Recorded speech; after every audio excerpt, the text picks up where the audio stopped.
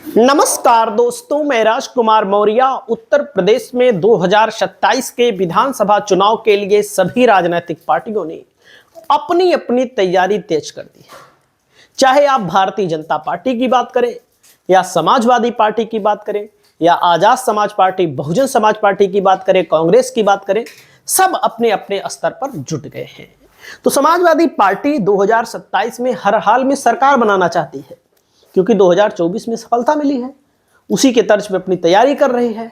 तो समाजवादी पार्टी अलग अलग दलों के नेताओं को शामिल कराना शुरू कर चुकी है। लेकिन ऐसे नेता जो अखिलेश यादव की नजर में घटिया हैं, समाजवादी पार्टी को छोड़कर गए, अखिलेश यादव ने सम्मान दिया तब छोड़कर गए। ऐसे नेता जो कोई जनाधार नहीं रखते, बड़ी बड़ी डींगे हाँकते हैं, ऐसे नेताओं को समाजवादी पार्टी अपने पाले में नहीं लाने वाली है। आपके सामने देख रहे हैं दोस्तों, चौहान समाज के नेता हैं। चौहान समाज के नेता का नाम क्या है? हालांकि हर नेता जो किसी ना किसी पार्टी को ज्वाइन करना चाहता है, वो कहीं ना कहीं से टिकट भी प्राप्त करना चाहता है। मैं एक बात साफ कह दूं, समाजवादी पार्टी अगर बीजेपी से आए हुए नेताओं को टिकट देगी तो 27 में सरकार कभी नहीं बन पाएगी।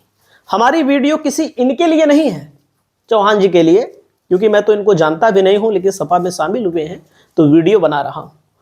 ऐसे किसी भी नेता को जो अचानक से भाजपा से सपा में आए और सपा टिकट दे, तो अपने कार्यकर्ता तो नाराज ही होंगे, अपने कार्यकर्ता तो वोट ही नहीं देंगे, हराने के लिए लग जाएंगे। फिर जो जमीनी पकड़ वाला नेता हो उसको टिकट देगी अगर सपा, तभी सफलता मिल सकती है। इनका नाम है रामहरि चौहान, जो बीजेपी छोड़कर समाजवादी पार्टी में शामिल हुए हैं। अब जब बीजेपी को छोड़कर शामिल हुए हैं तो इन्होंने रामगोपाल यादव जी से भी मुलाकात की है। देख सकते हैं, रामगोपाल यादव समाजवादी पार्टी के राष्ट्रीय महासचिव हैं।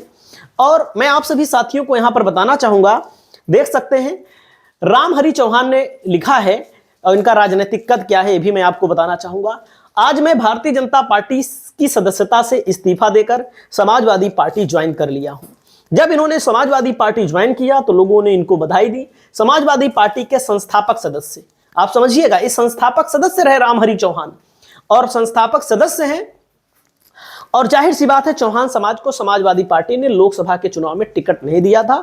उस समय नाराजगी जायज थी, उस समय इन्होंने नाराजगी जताई, और जब नाराजगी जताई तो जाहिर सी बात है इन्होंने छोड़ा पार्टी। हालांकि उस समय पार्टी को नहीं छोड़ना चाहिए था। उसके बाद आपने देखा लोकसभा के चुनाव में समाजवादी पार्टी ने इतना अच्छा प्रदर्शन किया, जिसको आप लोगों ने देखा, किसी से छिपा हुआ नहीं है। रामहरि चौहान की समाजवादी पार्टी में वापसी हुई है, क्योंकि चौहान समाज की भी जरूरत है समाजवादी पार्टी को। और जफराबाद विधानसभा क्षेत्र से आते हैं। मैं जब भी इस तरह की वीडियो बनाता हूं, जो जिस विधानसभा क्षेत्र से आता है, टिकट चाहता है, वहां का जातिगत समीकरण, राजनीतिक समीकरण, सभी चीजों को मैं बताने की कोशिश करता हूं। हालांकि मेरा मानना एकदम साफ है कि राजनीति में टिकट अगर समाजवादी पार्टी ऐसे आज कोई भाजपा में गया, सपा में आया, सपा में गया, भाजपा में आया, ऐसे टिकट देगी 2022 के लिए ना, 2022 की तरह, तो फिर 2022 वाला हाल समाजवादी पार्टी का हो जाएगा। अब देखो, जैसे ब्राह्मण यहां पर 38,000 हैं, ठाकुर यहां पर 70,000 हैं, यादव 40,000 हैं, हरिजन 60,000 हैं, मौर्य 18,000 हैं। जफराबाद जौनपुर जिले की सीट है दोस्तों। वैश्य 20,000 है, निषाद बिंद 22,000 है, मुस्लिम 22,000 हैं, भूमियार 30,000 हैं, कुर्मी 16,000 हैं, राजभर 18,000 हैं, अन्य 28,000 हैं। एक अनुमानित जातिगत आंकड़ा है, अनुमानित जातिगत आंकड़ा है। पिछली बार ओम प्रकाश राजभर की पार्टी यहां पर चुनाव लड़ी थी, ओम प्रकाश राजभर की पार्टी चुनाव लड़ी थी।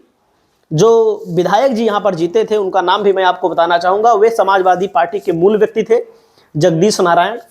एसबीएसपी से चुनाव जीते, लेकिन नेता सपा के थे, सिंबल एसबीएसपी का था। राज्यसभा के चुनाव में इन्होंने समाजवादी पार्टी को ही साथ दिया था। जब कई विधायक समाजवादी पार्टी से क्रॉस वोटिंग करके बीजेपी की तरफ चले गए, तो इन्होंने समाजवादी पार्टी का साथ दिया। भले एसबीएसपी के थे, 6,292 वोट से जीते थे। हरेंद्र प्रसाद सिंह भाजपा से हार गए थे। डॉक्टर संतोष मिश्रा बसपा से लड़े।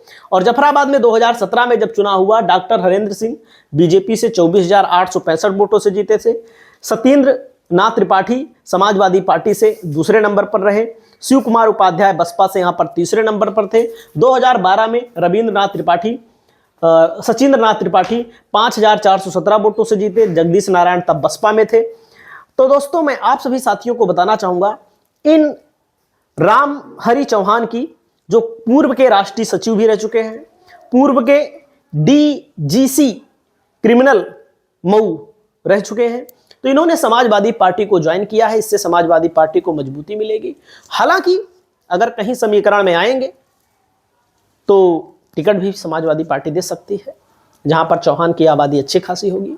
बाकी आपकी जो भी राय हो दोस्तों, आप लोग अपनी राय को कमेंट करके बताइएगा। तमाम तरह के नेता समाजवादी पार्टी में ज्वाइन हो रहे हैं। इस वीडियो में इतना ही। नमस्कार।